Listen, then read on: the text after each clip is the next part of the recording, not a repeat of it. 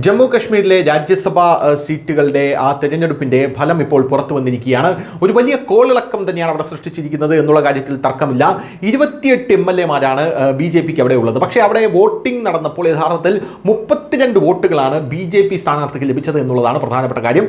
ഇപ്പോൾ ഇതാ ഉമർ അബ്ദുള്ള അടക്കം ഞെട്ടിയിരിക്കുകയാണ്. ഞങ്ങളാരും BJPക്ക് ക്രോസ് വോട്ട് ചെയ്തിട്ടില്ല എന്നാണ് ഉമർ അബ്ദുള്ള പറയുന്നത്.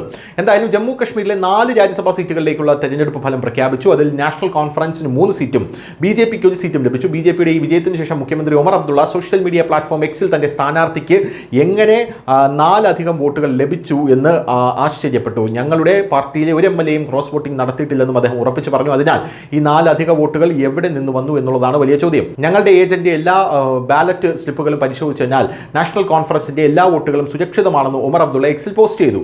അപ്പോൾ ചോദ്യം, തെറ്റായ മുൻഗണനാ നമ്പർ നൽകി മനഃപൂർവ്വം വോട്ടുകൾ റദ്ദാക്കിയ MLA-മാർ ആരായിരുന്നു എന്നുള്ളതാണ്. ഞങ്ങൾക്ക് വോട്ട് ചെയ്യുമെന്ന് വാഗ്ദാനം ചെയ്തതിനു ശേഷം അവർ BJPയെ സഹായിച്ചുവെന്ന് അവർ സമ്മതിക്കാൻ ധൈര്യപ്പെടുമോ എന്ന് ഉമർ അബ്ദുള്ള പറയുന്നു. അദ്ദേഹത്തിൻ്റെ വാക്കുകൾ എടുത്ത് നോക്കിക്കഴിഞ്ഞാൽ all of Jammu Kashmir National Conference Party votes remained intact across the 4 elections as witnessed by our election agent who saw each polling slip.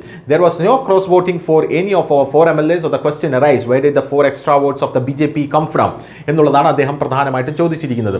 എന്തായാലും ജമ്മു കശ്മീർ നിയമസഭയിൽ BJPക്ക് 28 MLA-മാരുടെ അംഗബലമുണ്ടെങ്കിലും അവർക്ക് സ്ഥാനാർത്ഥി സത് ശർമ്മയ്ക്ക് 32 വോട്ടുകൾ ലഭിച്ചത് ഉമർ അബ്ദുള്ള വഞ്ചനാക്കുറ്റം നടത്തിയതുകൊണ്ട്. അതായത് ഉമർ അബ്ദുള്ള ആണ് BJPയെ സഹായിച്ചത്.